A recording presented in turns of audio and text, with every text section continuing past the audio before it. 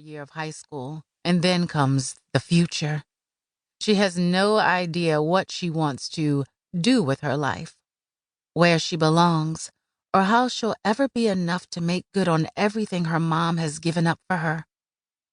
When she finds herself struggling to breathe, her chest tight, the anxiety nameless and uncertain, Angie thinks of the 7 billion humans and counting living on Earth.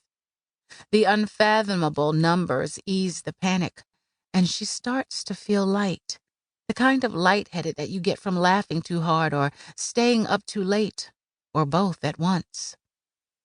She's smaller than a drop in an ocean. So what does it matter what one girl, Angela Miller, does with her life?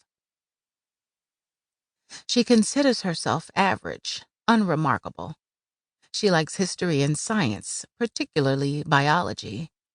Running hard, grilled cheese with burned edges, soccer, coffee with soy cream, vinyl records, hip-hop blasting in the privacy of her headphones.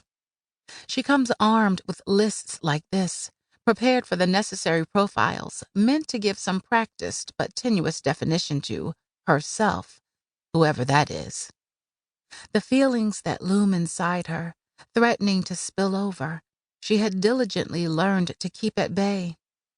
But today, everything will change. Angie holds the photograph of her parents in her hands now, listening to Janet Jackson sing "I Get Lonely" on a Walkman she found at a Goodwill for $2.99. The song plays from a mixtape labeled for Miss Mary Mack, Love James, in faded blue.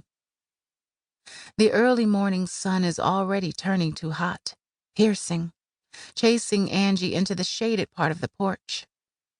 Flecks of cotton drift through the warm air, pooling in the gutters like summer snow. In front of her sits a duffel bag with t-shirts and socks, underwear, and her 2 favorite dresses carefully folded inside, along with the envelope from her mom's drawer and the listings for Justin Bell between the ages of 24 and 35, or of unknown age, living in the Los Angeles area. Marilyn left for work almost an hour ago. When she comes back, she'll find her daughter gone. Angie has lived in this house with her mom since the day Marilyn picked her up from 5th grade and told her she had a surprise. "What is it?" Angie asked, when Marilyn didn't produce any of the usual treats: a Milky Way, gummy bears, a chapter book, or a new set of colored pencils. "Just wait," her mom answered. "This is the best surprise yet." She got on I-40, then pulled off and drove through Albuquerque's Old Town, a part of the city they visited only when Angie wanted to go to the Natural History Museum.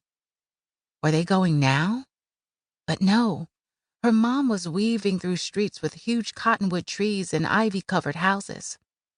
And then, as they reached the edge of the neighborhood and the houses started to get smaller, little flat adobes with nicely kept yards, she parked in a driveway. The house was short and squat, with a blue roof. Angie turned to her mom. "Come on," Marilyn urged, girlish excitement in her voice. Angie followed her mom up to the front door as Marilyn fumbled with her keyring.